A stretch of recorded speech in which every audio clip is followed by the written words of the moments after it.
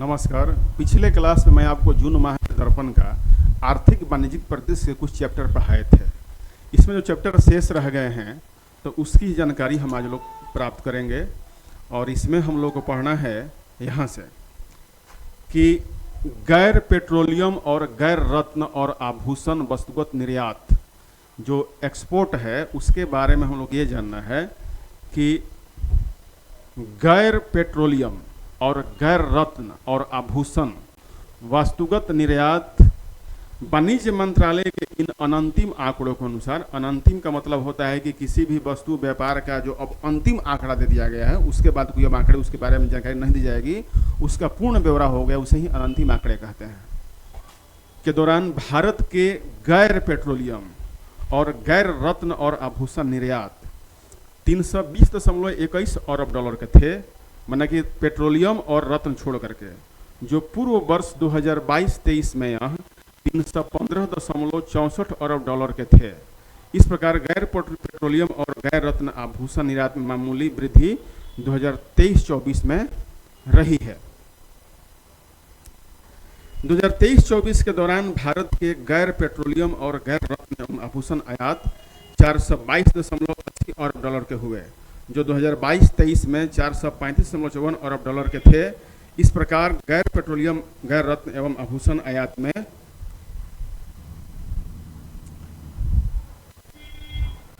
कुछ कमी 2023-24 में देखने को मिली। रत्न एवं आभूषण आयात में सोना, चांदी तथा मोती एवं कीमती पत्थर आदि शामिल होते हैं। तो इससे भी आप देख सकते हैं कि कितना ये आयात हुआ, कितना निर्यात हुआ, लेकिन सवाल इससे कम पूछे जाते हैं। तो लेकिन इस पर एक बार ध्यान आपको होना ही चाहिए। नेक्स्ट पेज पर हम लोग आते हैं, सेवाओं का विदेशी व्यापार। यह डायग्राम है, इसमें कोई विशेष है नहीं। देखिए, सेवाओं के विदेशी व्यापार, फॉरेन ट्रेड इन सर्विसेज। तो इसके बारे में बहुत लोग ये समझ में आता है कि क्या होता है सेवाओं के विदेशी व्यापार, क्या होता है, सेवाएं क्या होती हैं। मैं आपके लिए सेवा दे रहा हूँ, आपने मुझे परचेज किया है ऑनलाइन क्लास में, तो मैं आपको सर्विस दे रहा हूँ। कोई टीचर कहीं पढ़ा तो सर्विस दे रहा है, इंजीनियर सर्विस दे रहा है, मैनेजमेंट सर्विस दे रहा है। तो जो सेवाएं होती हैं, जो अपने शारीरिक फिजिकली वर्क के बदले या मेंटली वर्क के बदले जब हम लोग पैसा कमाते हैं या किसी को मेहनताना देते हैं, तो ये सेवाओं में आता है, सर्विस में आता है। अब सर्विस में कई तरह हो सकता है। आप होटल में जाते हैं और बैरा आपको क्या करता है, लेकर के खाना पहुंचाता है, तो आपको सर्विस दे रहा है। तो ये सेवाएं होती हैं। तो सेवाएं हम भी लेते हैं और देते भी हैं।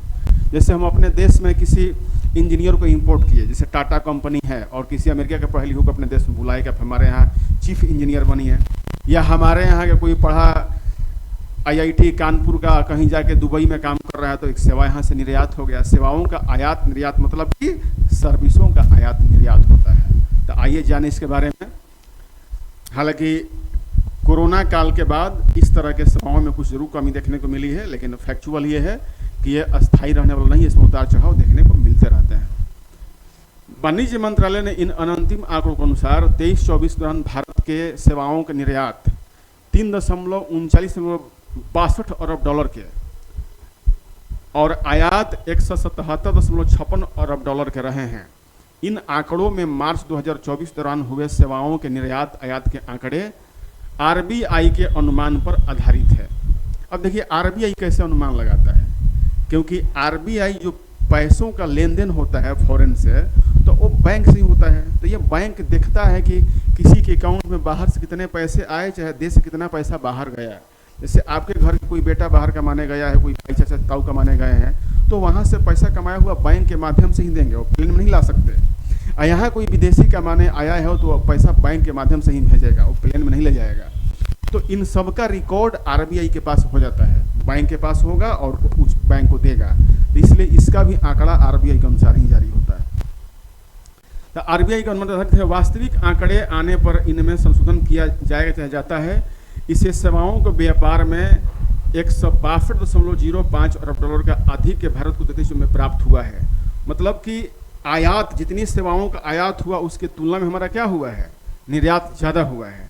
तो मतलब कि सवाल आपसे पूछे कि सेवाओं के निर्यात आयात में भारत का व्यापार घाटा है कि लाभ है, तो सीधा उत्तर है कि व्यापार लाभ है। सेवाओं के आयात निर्यात में हम लाभ की स्थिति में हैं। माने हमारे कमाऊ सपूत भारत से अधिक जाके बाहर पैसा कमा रहे हैं और देश को भेज रहे हैं। इसलिए हमारे विदेशी मुद्रा के भंडार में तेजी से वृद्धि हो रही है। वाणिज्य मंत्रालय के आंकड़ों के अनुसार वस्तुगत निर्यात के 30 प्रमुख क्षेत्रों में से 17 में धनात्मक वृद्धि और 2023 में दर्ज की गई है। इनमें आयरन और इलेक्ट्रॉनिक्स गुड्स, तंबाकू, फल एवं सब्जी, मीट, डेयरी प्रोडक्ट्स, मसाले, कॉफ़ी, चाय, इंजीनियरिंग आदि भी शामिल है। माने ये वस्तुगत का भी है। 30 प्रमुख आयातों में से जिनसे 16 उत्पादों के आयात में गिरावट ऋणात्मक वृद्धि हुई है 2023 में दर्ज की गई है। इनमें रॉ कॉटन माने कच्चा रुई, उर्वरक, क्रूड एवं निर्मित, वेजिटेबल ऑयल एवं पत्थर, ट्रांसपोर्ट इक्विपमेंट, लेदर और लेदर प्रोडक्ट्स आदि इत्यादि शामिल हैं। तो ये सब आयात और निर्यात संबंधी आंकड़े भी आपको देखने चाहिए, जिससे कभी कभी सवाल पूछ देता है कि आपके किस क्षेत्र में आयात निर्यात में व्यापार लाभ है कि व्यापार घाटा है। सवाल इससे आते रहते हैं, इसको आपको समझ के पढ़ने चाहिए। नेक्स्ट हम लोग देखते हैं टॉपिक 2024-25 में भारतीय अर्थव्यवस्था में वृद्धि सभी प्रमुख अर्थव्यवस्थाओं में सर्वोच्च रहने का विश्व बैंक का अनुमान है। अब मैं थोड़ा सा राजनीतिक बात कर लेता हूँ आपसे कि चुनाव चल रहे हैं। चुनाव में सारे विपक्षी दल और इंडिया गठबंधन, जिसे लोग इंडी गठबंधन भी कह रहे हैं, क्योंकि कुछ लोग कह रहे हैं कि 4 जून के बाद ये इंडी गठबंधन बिखर जाएगा और सब एक दूसरे कुर्ते फाड़ेंगे, तो मैं उतना थोड़ा सा आपको इंटरटेनमेंट के लिए बोल दिया। देखिए यहाँ पर क्या कह रहा है कि वर्ल्ड बैंक कह रहा है, विश्व बैंक कह रहा है कि 2024-25 में भारतीय अर्थव्यवस्था में वृद्धि सभी प्रमुख अर्थव्यवस्थाओं में सर्वोच्च रहने का विश्व बैंक का अनुमान है। सभी प्रमुख अर्थव्यवस्था क्या? दुनिया की, दुनिया में जितनी बड़ी अर्थव्यवस्थाएं हैं उनमें सबसे अधिक सर्वोच्च किसका रहेगा? भारत का रहेगा। ये इंटरनेशनल मॉनेटरी फंड ने भी कह दिया है कि आप भारत में रहते हैं तो आपको अपने आप को क्या कीजिए, गौरवान्वित महसूस कीजिए कि भारत में रहते हैं। ये वर्ल्ड बैंक का भी रिपोर्ट है, यही कह रहा है। और भारत के विपक्षी नेता कह रहे हैं कि तो देश बेच दिया, ये बेच दिया, वो बेच दिया। तो यही होता है कि लोकतंत्र पढ़े लिखों का होता है। जब ये लोग लिखेंगे, पढ़ेंगे, जानेंगे नहीं तो ऐसे ही अनर्गल बात करेंगे, सुनने वाले सुन लेंगे, आ जाके वोट उनको देंगे जो रियल में देश बेचने वाले हैं और राज्य को और देश को गरीबी में झोंकने वाले हैं। इसलिए आम चुनाव का दौर है, 4 हो गया है, 5वां चल रहा है और 2 बचे हैं। अभी भी आप लोग पढ़ लिख के ही वोट दें। तो आगे आज देखते हैं कि 2023-24 में भारतीय अर्थव्यवस्था के बेहतर निष्पादन एवं मजबूत आर्थिक संकेतकों के बीच अब नए वित्तीय वर्ष 24-25 में भी बेहतर परिणाम की अपेक्षा वित्तीय संस्थानों की है। विश्व बैंक सहित अधिकांश वित्तीय संस्थानों ने 2024-25 में भारत में वृद्धि विश्व की सभी प्रमुख अर्थव्यवस्थाओं में सबसे तेज रहने की संभावना व्यक्त की गई है। कल भी मैंने किसी एक पेपर में पढ़ा था जिसमें लिखा हुआ था कि एशिया में भारत सबसे तेजी से वृद्धि करने वाला देश है और सबसे तेजी से बढ़ेगा।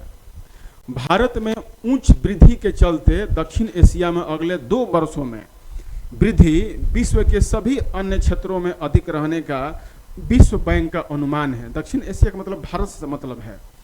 2024 और 25 में दक्षिण एशिया में वृद्धि क्रमशः 6.0% और 6.1% रहने का विश्व बैंक का अनुमान है। विश्व बैंक की अप्रैल 2024 में जारी साउथ एशिया डेवलपमेंट अपडेट में 2024-25 में भारत में वृद्धि, देखिए पूरे दक्षिण एशिया की 6.0 है, लेकिन भारत में वृद्धि कह रहा है 6.6% रहने का अनुमान व्यक्त किया गया है, जो दक्षिण एशिया में क्या है? सर्वोच्च है। सबसे अधिक भारत तेजी से अर्थव्यवस्था से बढ़ रहा है। लेकिन इस बात को समझना चाहिए विद्यार्थियों को और उसे याद भी करना चाहिए और उन लोगों को ही बताना चाहिए जिनको पढ़ाई से मतलब नहीं रह गया है, क्योंकि ये भी देश के लोकतंत्र के काम आएगा। इससे पूर्व भारत में 2024-25 में वृद्धि 6.4% रहने का विश्व बैंक का अनुमान अक्टूबर 2023 में था। 2025-26 में भारत की जीडीपी वृद्धि का विश्व बैंक का अनुमान 6.5% का है। जीडीपी ग्रोस डोमेस्टिक प्रोडक्ट, माना एक देश के अंदर बाउंड्री के सीमाओं के अंदर जितना भी हम प्रोडक्शन करते हैं उसकी बात की जाती है। वर्ल्ड बैंक के यह प्रोजेक्शन घरेलू मांग में वृद्धि, माने खुद हमारे देश में डिमांड है तो अर्थव्यवस्था बढ़ेगी। देखिए जिस देश में निर्माता और खरीदार दोनों हों, हमारा भारत खुद अपने आप में एक बड़ा बाजार है। अगर आप में से कोई स्टूडेंट में से ABCD कोई एक कंपनी खोलता है तो आपको सामान बेचने के लिए अमेरिका और यूरोप जैसे देशों में जाने की जरूरत नहीं है। आप जो प्रोडक्ट ये मार्कर ही बनाते हैं, स्टाइलस बनाते हैं, तो इसको खरीदार ही देश में ज़्यादा है। तो अर्थव्यवस्था खुद हम लोग खुद बढ़ा सकते हैं। तो खुद परिश्रम, घरेलू मांग मतलब घरेलू हो गया, मोबाइल बनाए घर में ही बिक गया। सार्वजनिक व्यय में वृद्धि, मैंने हम लोग खर्च भी कर रहे हैं। सरकारी सार्वजनिक व्यय क्या होता है? सरकार आपके लिए जो काम करती है, जैसे रोड बनाना, गलियां बनाना, इलेक्ट्रिक का पूरा विस्तार करना, सरकारी इतनी मशीनरियां होती हैं, तो सार्वजनिक व्यय अधिक हो रहा है, सरकार पैसे खर्च कर रही है, तो भी माना जाता है। नियंत्रित मुद्रास्फीति, मुद्रास्फीति माने महंगाई क्या है? नियंत्रित अवस्था में है। दुनिया के बाजार को देखा जाए तो भारत बहुत ही नियंत्रित अवस्था में। सिर्फ पेट्रोलियम को आप देख लीजिए, भारत में पेट्रोल की कीमत लगभग 105 रुपये प्रति लीटर है, लेकिन आप चले जाइए यूरोप में, बड़े बड़े देशों में पेट्रोल कहीं भी 150-200 से कम लीटर है ही नहीं। तो मुद्रास्फीति पर भी कंट्रोल कह रहा है कि विश्व बैंक यहाँ पर है। निजी क्षेत्र में साख के विस्तार आदि से प्रभावित है। साख मतलब होता है ऋण, लोन। विश्व बैंक के अधिक यह भी कहा जाता है कि फूड इन्फ्लेशन में वृद्धि तथा डिमांड में कमी आने से वृद्धि कम रह सकती है। दक्षिण एशिया के अन्य देशों में वृद्धि की संभावनाओं का भी उल्लेख विश्व बैंक की संदर्भित रिपोर्ट में किया गया है। रिपोर्ट के अनुसार पाकिस्तान में आर्थिक वृद्धि 23-24 में 1.8% रहने के पश्चात 24-25 में 2.3% संभावित है। माने पाकिस्तान में भी आप समझ सकते हैं कि वहाँ भी थोड़ा सा मजबूत होगा अर्थव्यवस्था, क्योंकि नई सरकार वहाँ चुनी जा चुकी है और वहाँ के कंपनियों और लोगों को भरोसा है कि ये सरकार अपना कार्यकाल पूरा करेगी। ध्यान रखिएगा, किसी भी देश में जो सरकारें स्थिर होती हैं या सरकार पर लोगों का विश्वास होता है और सरकार को लगता है कि नहीं हम कोई कदम उठाएंगे तो वो कदम हमारे पीछे खींचे नहीं जाएंगे, तो वैसे में देश की इकोनॉमिक ग्रोथ होता है। पिछले 10 सालों में और उसके पिछले 10 सालों में, मतलब कि यूपीए की सरकार 2004 से 14 और 14 से 24 जो एनडीए की सरकार है, ये स्थिर सरकारें थी। यही रीजन है कि पिछले 2 दशकों से भारत में सरकारें स्थिर रही हैं। भले हो सकता है किसने ज़्यादा काम ज़्यादा किया, सरकारें स्थिर होने से देश की अर्थव्यवस्था बढ़ी है। वर्तमान समय में एनडीए सरकार कहती है कि सब हमारा ही देन है, इससे हम पूरी तरह से सहमत नहीं हैं। मनमोहन सिंह की सरकार भी जो पिछले 10 सालों में काम किया था, तो वो भी एक अस्थायित्व प्राप्त किया, प्लेटफार्म दिया, लेकिन जो प्लेटफार्म दिया तो उस पर बढ़ चढ़ के काम भारतीय तत्कालीन प्रधानमंत्री नरेंद्र मोदी द्वारा किया गया। वर्तमान में भी अगर भविष्य में आने वाली सरकारें अगर स्थिर रहती हैं तो भारत तेजी से डेवलप करेगा, क्योंकि 2004 के पहले अगर अटल वाजपेयी की सरकार को छोड़ दिया जाए और बीपी नरसिम्हा राव की, तो लगभग 30 वर्षों तक सरकारें अस्थिर रही थी। सरकारें का स्थिर अस्थिर रहने का मतलब सीधे अर्थव्यवस्था से है। सरकारें स्थिर होने का मतलब ये होता है कि किसी एक पार्टी का अगर बहुमत होता है तो सरकार और मजबूत होती है और इससे अर्थव्यवस्था और अधिक मजबूत होता है। उदाहरण के लिए, घर में आपका कोई एक मालिक हो, स्ट्रॉन्ग मालिक हो, तो आपके घर की अर्थव्यवस्था सही से चलेगी। लेकिन घर में अगर 3-4 लोग मालिक हो जाएं, मतलब कई पार्टियां मिलकर देश चलाएं, तो वो अस्थिर होता है और सही नहीं होता है। यही रीजन है कि सरकारें कह रही हैं कि आप मजबूत सरकार बनाएं और इसका असर देश की अर्थव्यवस्था पर दिख रहा है। बगल में पाकिस्तान पर भी दिख रहा है, क्योंकि पाकिस्तान के अर्थव्यवस्था में भरोसा हो चुका है कि यहाँ भी सरकार अब कुछ दिन चलेगी, तो इसलिए वृद्धि का अनुमान दिखाया जा रहा है। जबकि बांग्लादेश का भी देखिए, जबकि बांग्लादेश में 2023-24 में 5.6% की वृद्धि के पश्चात 24-25 में 5.7% की वृद्धि अनुमानित की गई है। मैंने वहाँ यहाँ भी 0.1% की वृद्धि दिख रही है। तो दक्षिण एशिया में भारत है, पाकिस्तान है, बांग्लादेश है, श्रीलंका भी आएगा, मालदीव भी आएगा, ये सब आएंगे। तो मिला जुला करके आप देखेंगे कि इन सब में सबसे अधिक वृद्धि कहाँ हो रही है? भारत में।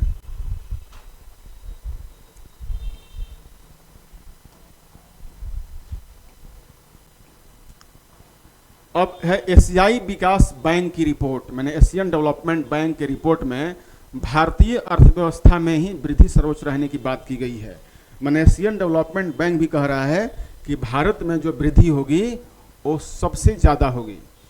विश्व बैंक के पश्चात एशियाई विकास बैंक एडीबी ने भी भारतीय अर्थव्यवस्था में उच्च वृद्धि के अनुमान अप्रैल 2024 में जारी अपनी एशियन डेवलपमेंट आउटलुक रिपोर्ट में व्यक्त किया है।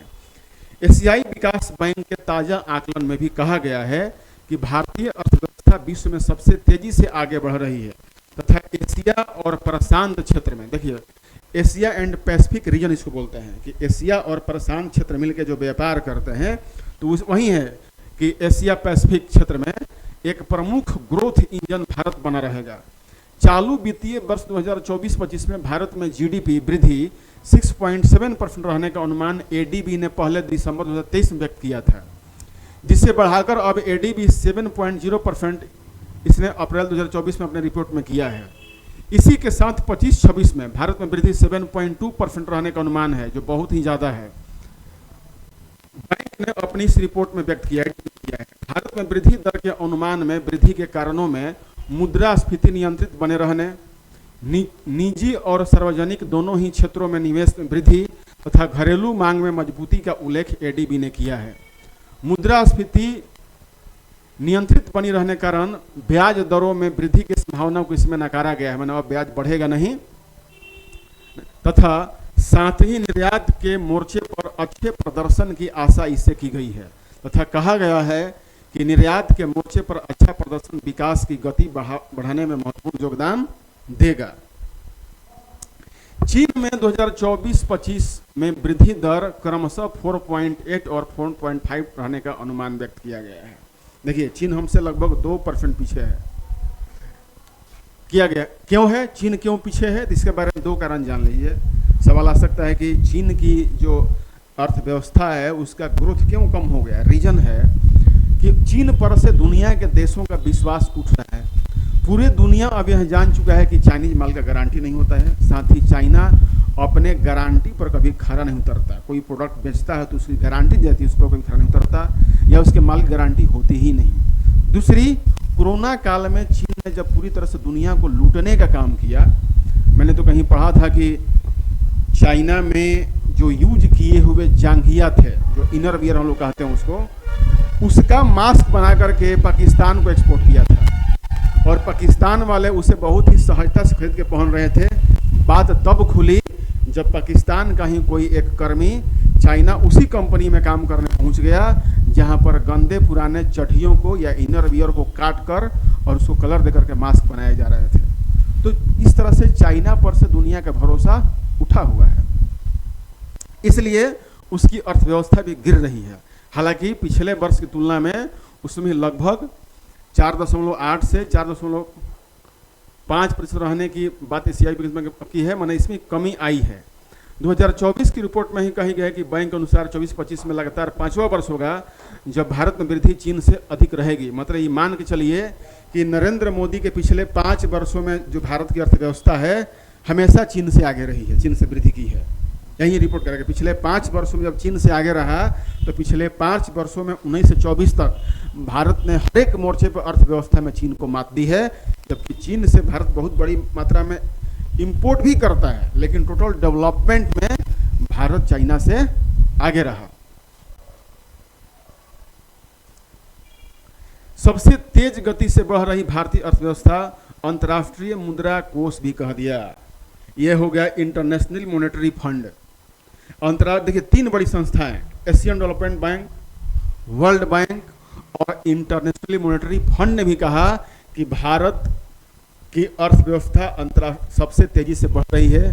ये अगर प्रतियोगिता दर्पण के पृष्ठ आज के विपक्षी नेताओं को पढ़ाया जाए तो लोग कहेंगे कि ये विश्व की तीनों जो उच्च संस्थाएं हैं इसे नरेंद्र मोदी की सरकार ने डोनेशन दिया हुआ है या अपने कर लिया। जैसे बहुत सी न्यूज एजेंसियां सरकार के पक्ष में बोल रही हैं कि अच्छे काम कर रही हैं, तो वो कई पत्रकारों को भी बैन कर दिए हैं। लेकिन ये international monetary fund, Asian development bank और वर्ल्ड बैंक तो भाई नरेंद्र मोदी के कैबिनेट में नहीं बैठता है। तो मिला जुला करके आप पे अगर ज्ञान है तो वर्तमान सरकार, मैं एक व्यक्ति हो सकता हूँ, टीचर भी हूँ, तो मैं यही सपोर्ट करूँगा कि आप कमल छाप जरूर वोट दिया कीजिए, क्योंकि मैं उनका सपोर्टर हूँ।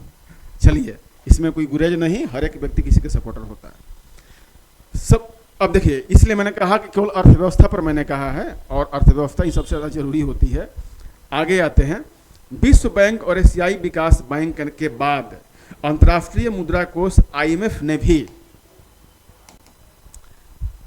ने भी विश्व के विभिन्न क्षेत्रों और देशों में आर्थिक वृद्धि के संबंध में अपने ताज़ा अनुमान अप्रैल 24 में अपनी रिपोर्ट में व्यक्त किए हैं। और 16 अप्रैल 2024 को जारी वर्ल्ड इकोनॉमिक आउटलुक रिपोर्ट में यह कहा गया है कि भारतीय अर्थव्यवस्था विश्व में सबसे तेज गति से बढ़ने वाली अर्थव्यवस्था बनी हुई है। रिपोर्ट के अनुसार बीते वर्ष 2023 में संपूर्ण विश्व में जीडीपी वृद्धि 3.2% अनुमानित है तथा विकसित देशों में औसतन 1.6% तथा उभरती अर्थव्यवस्थाओं में यह 4.3% जाएगी। सॉरी 3.4% रही है, 4.3% रही है। वहीं भारत में 2023-24 में जीडीपी में वृद्धि 7.8%। यहाँ तुलना देखिए आप, विश्व के जो जीडीपी वृद्धि दर है विश्व में वो है 3.2 और विकसित देश में 1.6 और उभरती अर्थव्यवस्था में 4.3 और भारत में यह वृद्धि है 7.8, जो अपने आप में भारत को गौरवान्वित करता है। इसी को देखते हुए इंटरनेशनल मॉनेटरी फंड के जो सीईओ थे उन्होंने कही थी कि आप गर्व कीजिए कि आप भारत में रहते हैं। इससे अनुमानित की गई है जो विश्व की सभी प्रमुख अर्थव्यवस्थाओं में सर्वोच्च है। 2024-25 में भारत में जीडीपी में वृद्धि 6.5% रहने का पूर्वानुमान आईएमएफ ने जनवरी 2024 में व्यक्त किया था, जिसे बढ़ाकर अब 6.8% अपनी अप्रैल 2024 के रिपोर्ट में इसने किया है। 2025-26 में भारत में वृद्धि 6.5% रहने के कोष का पूर्वानुमान है। यह वृद्धि दरें भी विश्व के सभी प्रमुख अर्थव्यवस्थाओं में सर्वोच्च होंगी। आईएमएफ का मानना है कि घरेलू मांग में वृद्धि तथा कामकाजी उम्र की बढ़ती जनसंख्या से भारत को लाभ होगा। आईएमएफ का मानना है कि 23-24 में भारत में मुद्रास्फीति औसतन 5.4% से घटकर 24-25 में 4.6% तथा 25-26 में 4.2% हो जाएगा। जो लोग देश में कह रहे हैं कि सरकार आगे और महंगाई बढ़ाएगी, तो आप देख लीजिए कि आईएमएफ के अनुसार अगले 2025 और 26 में महंगाई और क्या हो जाएगी, घट जाएगी, कम हो जाएगी। ये आईएमएफ का रिपोर्ट है।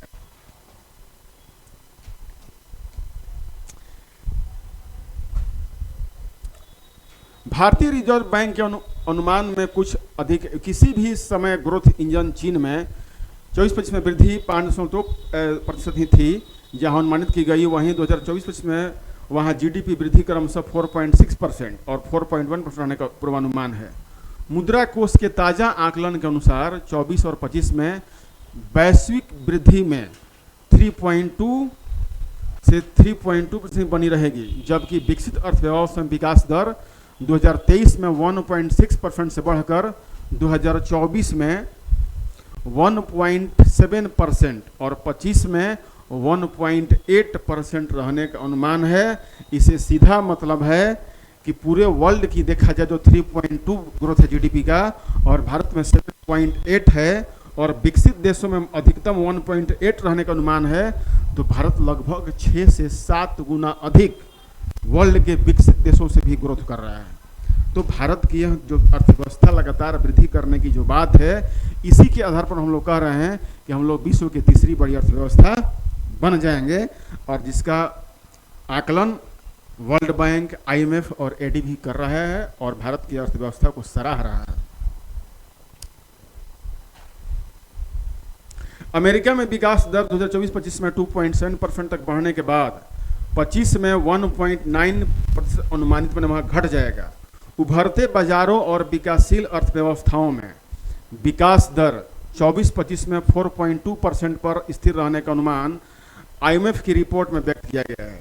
युद्ध से ग्रसित रूस में विकास 23 में 3.6% रहने के पश्चात 24 में और घट के 3.2 हो गया और 25 में यह मात्र 1.8% रह जाएगा। मैंने लगातार रूस की अर्थव्यवस्था क्या है, ग्रोथ रेट लगातार घट रहा है। उपर्युक्त आंकड़ों से स्पष्ट है कि 23 के बाद 24 और 25 में भी भारतीय अर्थव्यवस्था में वृद्धि दर विश्व में सर्वोच्च रहने का अंतर्राष्ट्रीय मुद्रा कोष का अप्रैल 24 का ताजा अनुमान है। तो मतलब कि तीनों ही वर्ल्ड पे जो इसकी सर्वे करते हैं, वर्ल्ड बैंक, आईएमएफ और एडीबी, उनके अनुसार भारत 23 से जो रफ्तार पकड़ा है वो 24 में भी है, 25 में भी रहेगा और 26 में भी बरकरार रहेगा, ये IMF कहता है। 2024-25 में भारत में विकास दर 6.5% रहने के अंकटाड का पूर्वानुमान सभी प्रमुख अर्थव्यवस्था में सोचते हैं। अंकटाड भी कह रहा है कि भारत में अर्थव्यवस्था क्या रहेगी, उच्च रहेगी। यह व्यापार, निवेश और विकास से संबंधित संयुक्त राष्ट्र संघ की संस्था अंकटाड है। United nation conference on trade and development, UNCTAD का फुल फॉर्म होता है कि United nation conference on trade and development ने अप्रैल 2024 में अपनी trade and development report update में 23 में वैश्विक वस्तुगत व्यापार में 1% की सिकुड़न आने की बात कही है। रिपोर्ट में 2024 में वैश्विक वृद्धि माने विश्व की वृद्धि 2.6% रहने का अनुमान लगाया गया है। अंकटाड की इस रिपोर्ट के अनुसार 2023 में भारत में वृद्धि 6.7% रही है, जो 24 में 6.5% अनुमानित है। रिपोर्ट के अनुसार 23 में सार्वजनिक निवेश में तेजी तथा सेवा क्षेत्र में विकास विस्तार के कारण 6.7% की उच्च विकास दर भारत में प्राप्त की गई थी। अंकटाड रिपोर्ट के अनुसार बहुराष्ट्रीय कंपनियां अपने सप्लाई चेन के विविधीकरण के लिए भारत में विनिर्मित